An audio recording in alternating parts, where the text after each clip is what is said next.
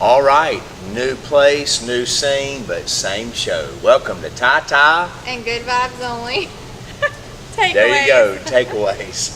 And so we are coming to you today from the Green Garden today, and what a joy it is to be in this atmosphere. The Green Garden. Yeah, well, it just came to my mind when I looked at this green wall behind us. Yeah. Hey, I like Y'all your guess shirt. where we're at if you don't already know where we're at. This kind of don't take this the wrong way. I love this shirt, but it was off the sale rack. It kind of has and this may be offensive, so don't take it wrong.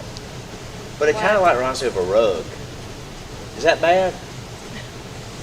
I love the shirt. I like the style. That's bad. Is it? But it doesn't feel like a rug. I see it as boho. Like Tell me, what is boho? Buy one, get one free? No, it was 60% off. But bohemian, I don't know. Bohemian. I love green. Is that the new word for hippie? I don't know. Now, one thing interesting about Brandy is when she's wearing green, her eyes look green. But when she wears blue, her eyes look more bluish. Yeah, my eyes changed colors from green to blue based upon what I'm wearing. But shout out to Jenna Brooke Gann. She works at Tilly Hill. And I finally went in there the other day. It's a newish boutique in Tifton, in downtown Tifton near... Is it My Lady Bakery? I always want to say Me Lady because Spanish, M-I is me, like Milady. Like Mi Casa, but I think it's My Lady. Is it My Lady Bakery? I don't know. They got donuts there, I know that. Okay. Well, Tilly Hill is in that same building, and they've got some beautiful things, so that's where Jenna Brooke works. All right, shout out to Jenna Brooke. Pretty cool. So... we were just talking about movies here with Nate. So I'm just curious. Put in the comments what your favorite movie is. Oh, wow, yes. Tell me about the movie you were telling Nate to watch. Is it called The Darkest Hour? Darkest Hour. About who? Winston Churchill. If y'all are a history buff, even if you're not a history buff, you need to go watch that movie. It is very moving. It is inspiring. Oh, yeah. It is... oh, it's about true history. I have to admit. I have to admit, I didn't know a lot about Winston Churchill until I saw that movie, and he is nothing what I thought he would be. He faced one of the hardest things probably that a leader could face. Yeah. He was actually, based on the movie, he was brought in a way to fail. And he ended up being a great leader. Y'all go watch the movie. Darkest Hour. I've watched it 7 times. Darkest Hour. It's about Winston Churchill. Yeah. What's your favorite movie? Do you have a favorite movie? Yeah, what's that one about the Oxford College, and it's a true story about a love story. What is it called? My time at Oxford, or my first year at Oxford, or my year at Oxford, or... I have to Google the title. Yeah. It's about... I think this lady's still alive. And anyway, what is it called? Now I feel like I need to Google it. What is it? I don't want to tell people wrong. Let me see. It's about, Oxford is the college. It's in another country. Oh, here it is. Surprised by Oxford. Yes. Okay, it is a romantic drama. It was made in, is it 2025 or 2023? Anyways, no, there must be another one, John. I think there's a new one that came out. I'm talking about the 2023 one, Surprised by Oxford. Not the one that's pulling up for this year. Okay. The one called Surprised by Oxford. It's a play on words of the C.S. Lewis book called Surprised by what? Oh. You sure it's not called My Oxford Year? No, that's what I'm saying. It's not that one.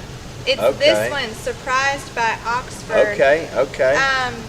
What is the C.S. Lewis book, Surprised by something?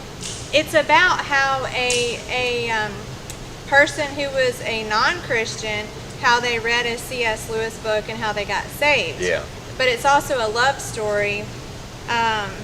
see they're different. Okay. It's an incredible, I don't know, and maybe I love it because we fell in love in college, and Maybe. it just kind of took me back to college. What is that book called? Anyways, y'all, C.S. Lewis, he Wasn't it does have, Surprised by Faith or something? Or he has a book called The Screwtape Letters. Have you read? no, I The never have. Screwtape Letters. I've never read. I tried to read some of C.S. Lewis's books, but they're so, the verbiage and the He's hard to language read. is so heady.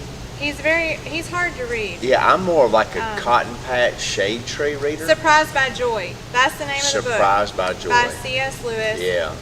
But the Screwtape Letters, I've read some of it. I don't think I read all of it, but it's letters like from demons, how a demon would try to get you.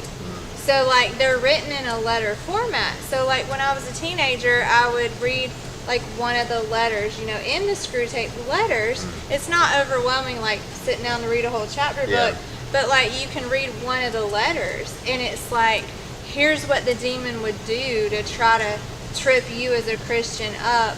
And it's very insightful Yeah. because it makes you realize, oh, I better not let this happen to me because the enemy, Satan, could use this. Yeah, that's good. Right? Yeah, that's really good. So that's Yeah. your favorite movie right now? Right now, I mean, I've Yeah. had different favorite movies. Yeah, I have too. Like The Darkest Hour was really good. I really like The Darkest Hour. I want to watch it again, to be Yeah. honest. I was making Yeah. sure y'all could hear us on the sound. And also, I mean, I liked How to Train Your Dragon, the movie. We just watched that with the family. That was pretty cool. Because it had real people in it. We're not talking about the cartoon. We're Yeah. talking about That was pretty cool. the one with real people in Yeah. it. That was good. That was good. So, did you want to read the announcements? I saw you had them pulled up. No, I was just, you should have got a quick cast today. So, you know, Brandy sends out the quick cast. If you're not on the church text, just call the office, send me your name, number, and you know some more info I can get from you, and we can add you to that. Just some things coming up I want you to be aware of. We got a women's study coming up about the armor of God. It kicks off September 22nd in the youth room. Which is in the gym. And then also we've got a men's 7-week study on the All of God, AWE, All of God. It starts this Wednesday night at 6:30. Downstairs behind the sanctuary towards the nursery on the right. That's for men. It's 7 weeks. If you've signed up, that kicks off this week. If you've not signed up, you can still come. This coming Sunday is our 5th Sunday. We're having a benevolent Sunday. That means at the end of service, when we leave, there'll be ushers at all the exits with an offering plate, and anything you give in the offering plate goes just to help the needy and the poor. So it's just called a benevolence offering. Also, in the Bible, that's called alms. Yep, that's right. ALMS. Also, something to stay tuned for. I know many of you have been asking about children's ministry. When is children's ministry going to kick off? Because we took a break for the summertime, and we've not got that really kicked off again yet. School has already started, so stay tuned. Here very shortly, new kids ministries rolling out. There's some exciting things in the Yes, works. in the works. We've got a new leadership team for our children's ministry that's rolling out here in the next couple of weeks. Excited about that. So be attentive to that. If you've been waiting on when's the news coming out about kids ministry. If you are interested in helping with our children's church ministry, we're making a shift in our children's ministry, and we would love to get families or ladies on a rotation with our children's church ministry instead of one person doing that ministry every Sunday. So if you're interested in that, please see me, reach out to Brandy, talk to Miss Linda. Or call the office. Yeah, call the office. You can sign up on the sign-up sheet. That's right, You do absolutely. have to get a background check. Yes, absolutely. And We had a great time at the Afterglow last night. That was cool. Yeah. Thank you, David and Christy Gibbs, for hosting that. Hey, Christy made these things. The food was phenomenal. Yes, but she made these things. It's like a apple taco. Taquito. An apple. Some kind of apple dessert taquito. Yes. Oh my! Y'all called it an upanada. What? Upanada. No. Upalupa. They were talking about a churro or an empanada. Yeah. But Christy said a taquito or taquita. Yes. But it was like rolled up tortillas with like apple pie fried filling. apples Yeah. or Oh, apple come pie on now. filling With cinnamon and sugar. on Oh, the and butter. top. Oh my goodness, it was so good. And then the And then- brownies with icing and pecans. Pecans. And what else? And then Elaine Sledge, Miss Elaine Sledge, made her famous what? Chocolate chip cookies. Mm-hmm. And so anyway, that was a great time. And the corn, Mexican corn salad. Oh. No, what is it called? What are we talking about? Mexican street corn pasta salad. Oh, I didn't get any of that. Really? No, Christy put it in the refrigerator and sealed it up. I asked for some later and she didn't offer any. I went back and got a second. So Yeah, I said, hey, I didn't get any of that. And she said, well, it's in the refrigerator now. And it was like she was not offering It any. was good. You should have got it the first go. I know. So, yeah, those were just some things that I wanted to share. So the sermon Sunday morning, which, by the way, we had 3 people join the church Sunday morning. Yes. That was great. Awesome. We had A great crowd and a Yeah. lot of visitors. We had visitors from Florida and South Carolina. Yeah. And I want to say from somewhere else, we had a lot of visitors. And then, of course, every now and then I'll see one of the preachers from India that's watching Yeah. our church online. So shout out to everybody who does the live stream Yes. and the visibility to allow people in India and other states to watch Yeah. and to worship and to be a part. Yeah. That's great. And I think that it's important.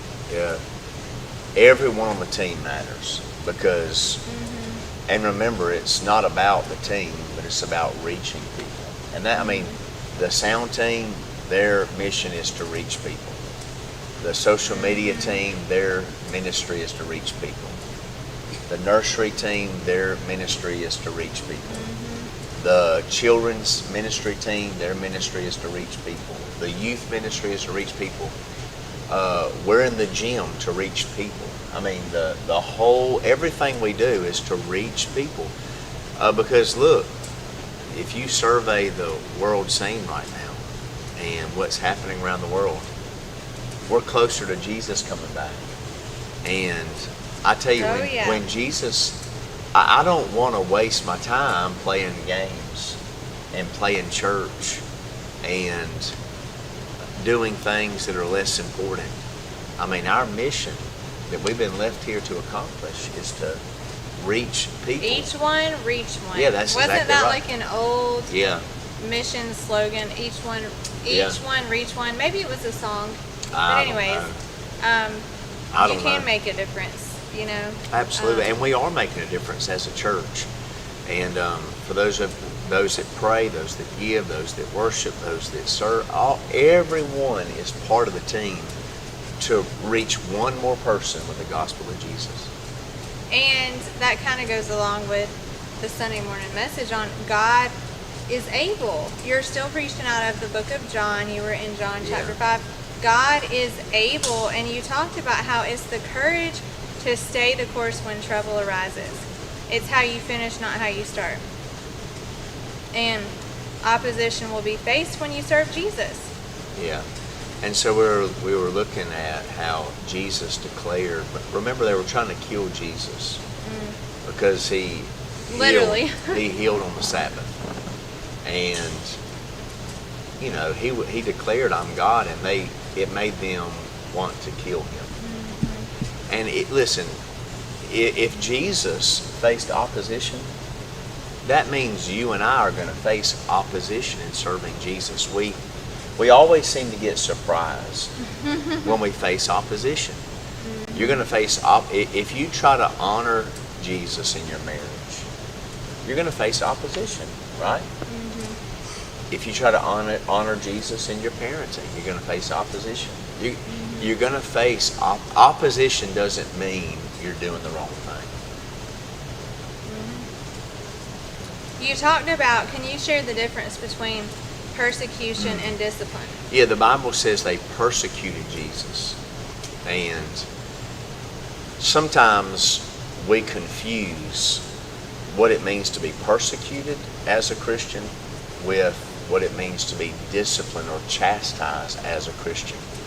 And we have to track down what's the root of why we're facing difficulty.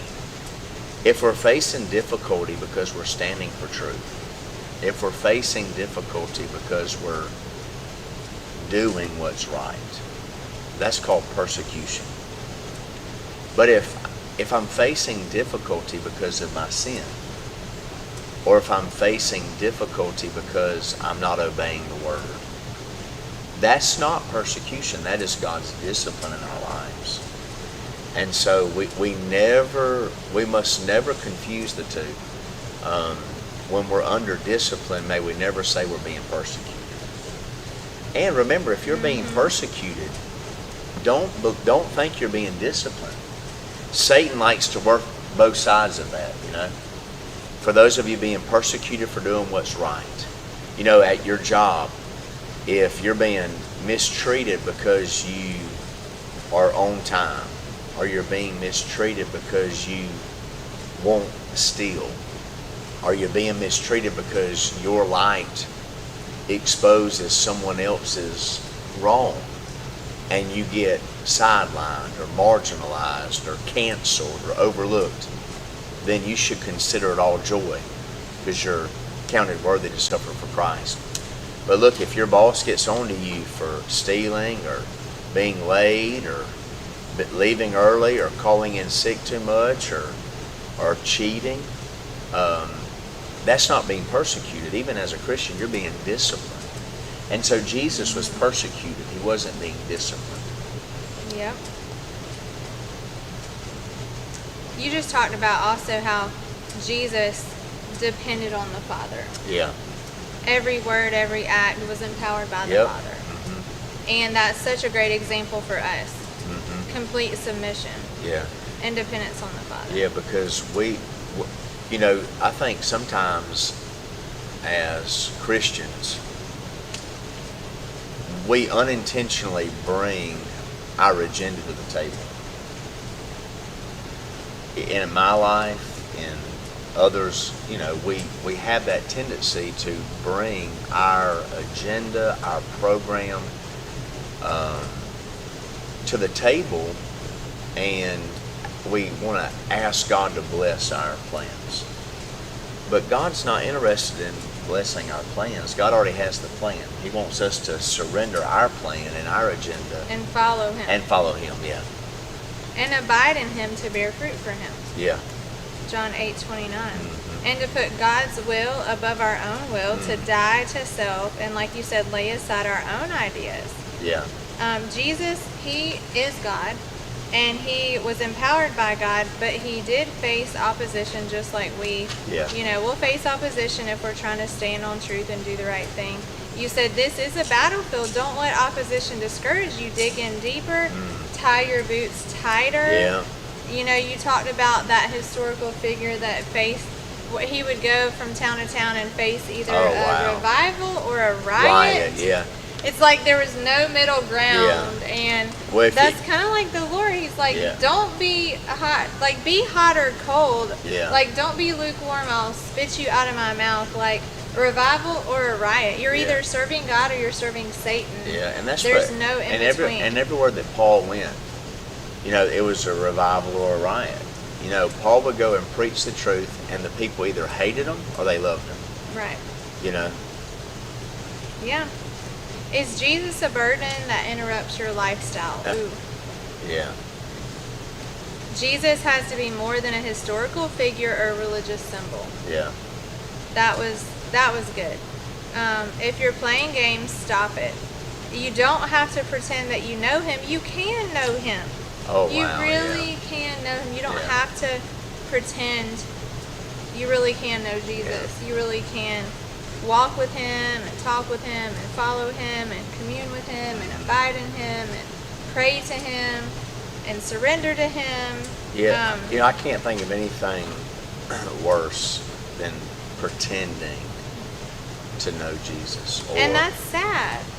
I mean, that makes me sad for the people that There's a lot of people that way, that though. are pretending, and maybe they just don't know any better. Maybe they have a misunderstanding of Well, the gospel. here's the problem. They think I they're don't know. saved.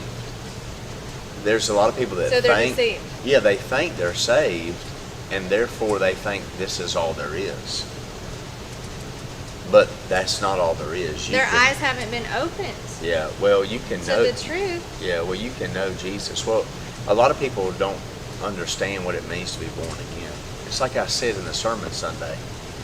The Bible says that His Spirit bears witness with our spirit that we're children of God.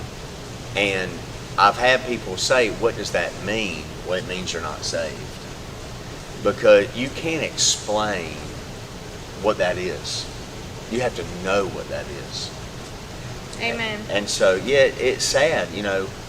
Billy Graham said he'd be surprised if 5% of a Sunday morning crowd was going to heaven.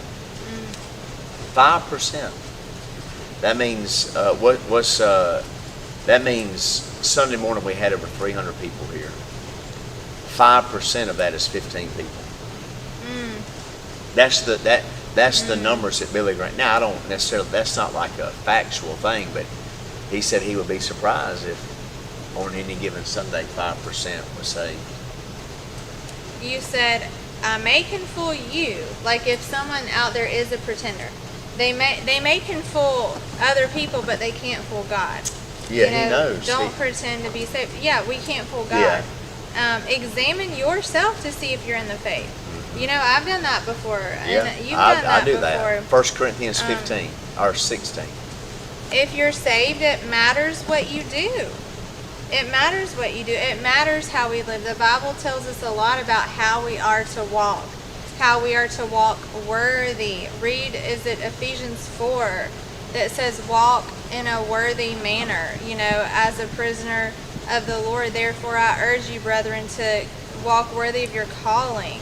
The Bible is very clear about how we are to walk, not as unwise, but as wise, discerning the times, for the days are evil. It's very important. Even our heart and our motive is very important, like why we do things. You talked about Jesus isn't a rock star or a homeboy. We treat Jesus too casual. Yeah, You said come to church out of reverence. God is holy. And you talked about, this made me think, wow, when you're driving around listening to Christian music, you said you're learning how to listen to songs about Jesus and not worship. Yeah, oh yeah. It's become too casual. It has. We're so overrun and we're so inundated with like Christian culture that we become immune to it. Like, I mean, my goodness, a song about Jesus should move us to worship, but instead it becomes a background noise. That's why oftentimes in my truck there's nothing playing. Because I become desensitized to worship. And I'm not saying that it's sinful to do that, but it's like reading the Bible to check a box. What are you getting from it? How is it benefiting us? And I guess it lights a fire in me and burns me up. The Bible says we should honor Jesus, and I related that to Judge Barrett. Like, I would never give Judge Barrett a high five, or I would never say "What up, dog" to Judge Barrett. It's yes sir, no sir, yes your honor, no your honor. And I see that Jesus is treated so casual, and it's disrespectful. He is not like us. He is not like us. And the Bible says that God was a friend of Abraham. But that's the way that we can relate to God. It is not like my buddy on the street somewhere. You know what I'm saying? You know, Right. you know, Right. it needs to be a reverence. I mean, we could talk the whole podcast Yeah. just about that. Yeah. Because you Just think, about well, think about it. When John, what reverence is, well, what that looks like. yeah, when John the Revelator, John the Apostle writes Revelation, when he saw Jesus, eyes of fire, he fell down as dead, no breath left in him. And I think it's just in our culture. I mean, man, I I heard think it's a cultural thing. I heard a preacher today on YouTube. I was listening to some preaching, and he said he's been to Russia, China, India, Africa. He says he preaches the gospel, and hundreds of people flood the altars to be saved. And he says he preaches in churches all across America, and they could care less about the word being, they don't even move. It's because we've become so familiar, so casual with this, so casual, that it doesn't move us. It doesn't move most, you know. That's powerful. It convicted me. Yeah. It convicted me. Well, to change gears a little bit, All right. one thing you said was don't act in anger, act in surrendered humility. Yeah. You said sometimes anger can be mistaken for the touch of God Or the something. power of God, that jolt of anger. And yeah, that's we just want to minister out of surrender, out of being led by the Spirit, not out of flesh, you know. And that's a Yeah. daily checkpoint, right? Right. Sunday night you were in 1 Kings 19. You talked about don't doubt God. He is able. He can save and deliver. How many times have we ran from things that are small compared to what we've done before? Like Elijah ran from Jezebel after he'd killed all those prophets. Oh, yeah. You know? So that was just such a weird thing that he had just prayed fire down from heaven, and then he's running from a woman. You know, there is something though about there's a spirit of intimidation that, you know, is the devil can use. And you talked about the spirit of Jezebel. Can you kind of explain, Yeah.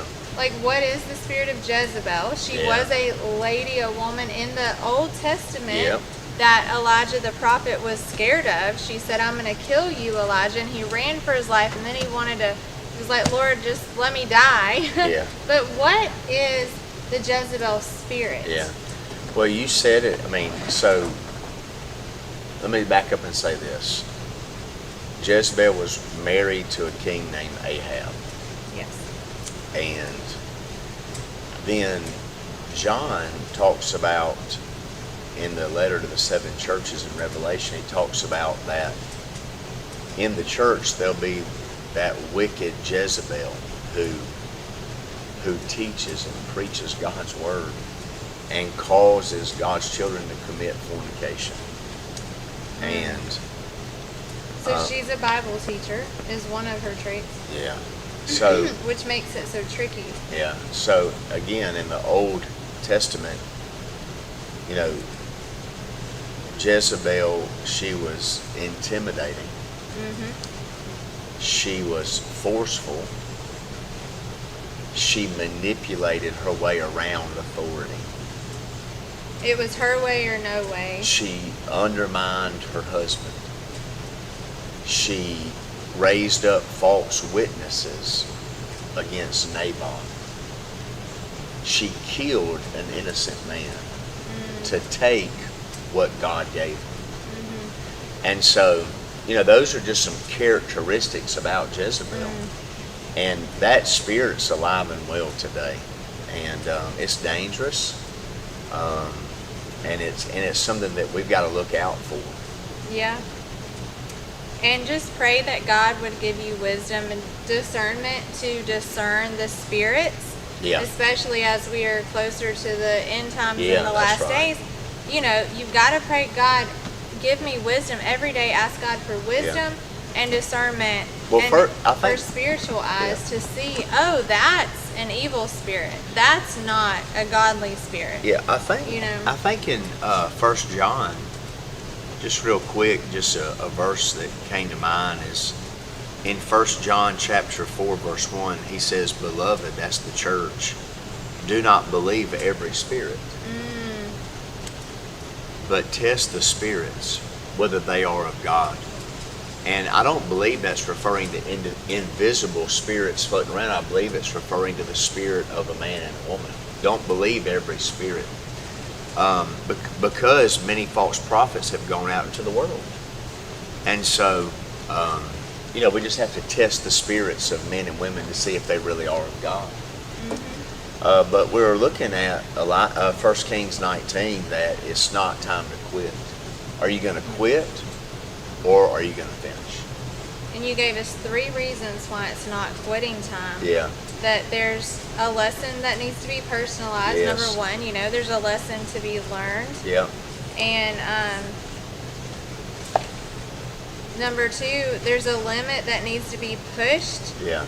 Sometimes, like, God might ask you, or the nominating team might ask you, hey, will you be a Sunday school teacher, or will you teach this kids class or whatever? And you might be scared to death, and you might be like, no way. Yeah. But the things that you might be scared of might be what God is calling you to do. God might be pushing your limits. Yeah, He might need you to step out of your comfort zone. Yeah. Some of y'all who've been on the Ty Takeaways told me, hey, that was out of my comfort zone. That you told me that you were scared, you were nervous, but then maybe you loved it, or you did a great job on here. But we have to be pushed outside of our comfort zone to grow. Yeah. To grow as a person and to grow. So don't be afraid to do it afraid. Joyce Meyer says, do it afraid. Yeah. Do it afraid. So the journey's too great for you, but you have a great God. And God says He'll never leave you or forsake you. He is with you all the time. Limitations are not liabilities. Yeah. And remember, wherever God guides, He's going to provide. Like He'll provide the wisdom, He'll provide the discernment, He'll provide the power, He'll provide the resources. Open your mouth and He will fill it. Yeah, and the key is, though, to have courage and not to allow the limitations of our own life to keep us from moving on and trusting God. So many Christians limit God by limiting themselves. And the third one was the legacy that needs to be passed down. Yeah. Elijah hadn't yet passed the mantle to Elisha. Mm-hmm. And if he'd have laid under that juniper tree and died, his mantle would have died with him. Mm. And he had to pass that mantle. He had to leave a legacy. Mm-hmm. And leaving a legacy is not just a portfolio or a 401k or stocks and bonds, but a spiritual legacy. Listen, we don't know how much our faithfulness impacts our children. We don't know how much quitting impacts our children. You don't know how much showing up for church impacts people's lives. And listen, you don't know how much it impacts people when you don't show up. We won't know on this side of eternity what our faithfulness, what our endurance, what our spiritual fortitude has done to shape the lives of those watching. But listen, hear me well, we won't know on this side of heaven how much quitting impacts others. And so I just want to encourage you, don't quit. Finish the race. Yeah, and stay faithful to God and His Word, and submitting to the Scriptures and living right, living holy, That's pleasing right. the Lord. Absolutely. But talking about quitting, that's a It's wrap. quitting time. All right, hey, thank you for tuning in. Shout out to Nate Stewart, our film guy and our editor, I guess, if we ever do editing. I want to give a special commercial to Nate, but I won't do that and embarrass him without his permission. But Nate, we love you and we appreciate you. All right. God bless you. See you Wednesday night.